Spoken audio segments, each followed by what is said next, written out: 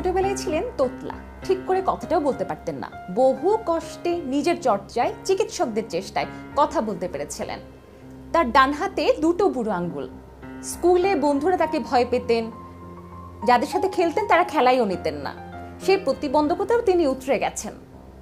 21 বছর বয়সে তার ধরা পড়ে স্কেলোসিস। চিকিৎসক জানান তিনি আর কোনোদিন নাচতে পারবেন না, কিন্তু তার নাচের খ্যাতি জগৎ জোড়া। যেন প্রতিবন্ধকতাকে এক ফুৎকারে উড়িয়ে দিতেন তিনি। প্রতিটি খুঁতকে ধরে ধরে কি করে নিখুঁত বানাতে হয় সে চর্চাও তিনি করে দেখিয়েছেন। তার জন্যই তিনি ঋত্বিক রোশন। কারো কাছে তিনি গ্রিক গড, কারো কাছে তিনি হার্টথ্রব, আবার কারো কাছে তিনি বলিউডের অন্যতম সেরা অভিনেতা। তার জন্ম 1974 সালের 10 জানুয়ারি মুম্বাইয়ের এক পাঞ্জাব পরিবারে। বাবা চলচ্চিত্র পরিচালক, ঠাকুরদা সঙ্গীত পরিচালক, কাকা সুরকার।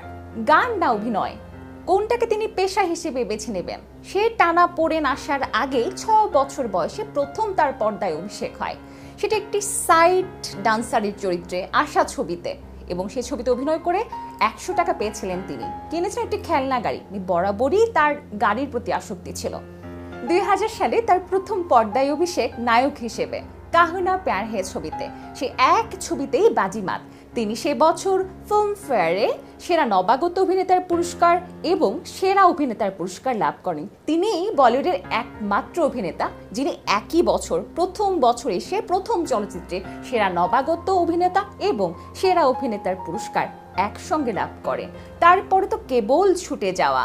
2003 সালে তার কোই মিল গয়া ছবিটি ক্যারিয়ারে অন্যতম একটি মাইলফলক। এরপর জিন্দেগি না মিলেগি দোবারা, ক্রিশ, ক্রিশ 2 এবং ধুম 2 ছবির মধ্য দিয়ে চলতে থাকে তার জয়যাত্রা।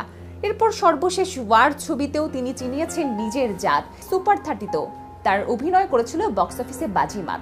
2020 সালে কানাঘুষায় শোনা যাচ্ছিল তিনি নাকি হলিউডেও মাত করতে চলেছেন। তো 2021 সাল শুরু হয়ে গেছে। সবকিছু ঠিকঠাক থাকলে এই বছরই অভিষেক ঘটতে চলেছে তার হলিউডে। তিনি তার জীবদ্দশায় 6 বার ফিল্মফেয়ার অ্যাওয়ার্ড জিতেছেন এবং 2012 সালে ফোর্বস ম্যাগাজিনের করা সেরা 100 ভারতীয় তারকার তালিকায় উঠে এসেছিল তার নাম। 2019 সালে যুক্তরাষ্ট্রে করা মোস্ট হ্যান্ডসাম পুরুষদের জরিপেও তার নাম শীর্ষে। মানে এক মানুষ কত দিকে কত সুনাম, মানে কত কিছু তিনি করতে পারেন, কত অর্জন, কত প্রাপ্তি তিনি নিজের ঝুলিতে ভরতে পারেন, তারও একটা উদাহরণ ঋত্বিক রোশন।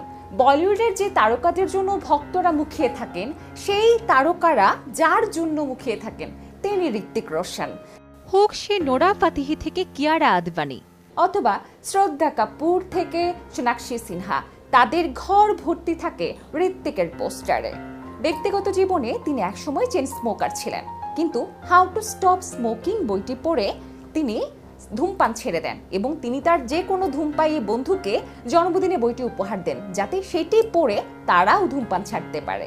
কাহনা প্যার হে সিনেমাতে অভিনয় করার পর ওই বছরই তিনি 30,000 বিয়ের প্রস্তাব পেয়েছিলেন। আর সে বছর ভ্যালেন্টাইন ডেতে তিনি সেই ঘোষণাও দিয়েছিলেন। তিনি 5 নম্বর ভারতীয় যার প্রতিকৃতি লন্ডনের মাদাম তুসো জাদুঘরে রয়েছে। এর আগে 4 জন ভারতীয় ছবি সেখানে ছিল।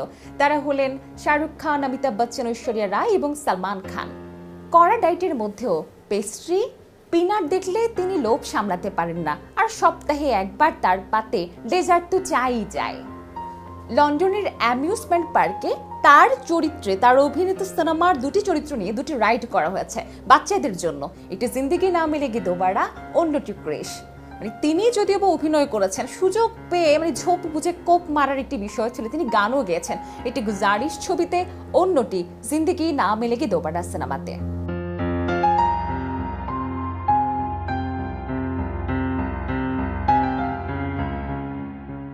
এই বছর সব মিলিয়ে 48 পা এ গ্রিক গডের।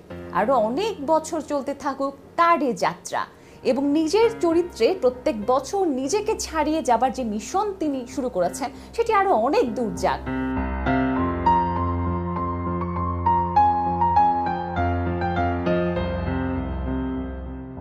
শুভ জন্মদিন গ্রিক গড, শুভ জন্মদিন প্রিয় ঋত্বিক।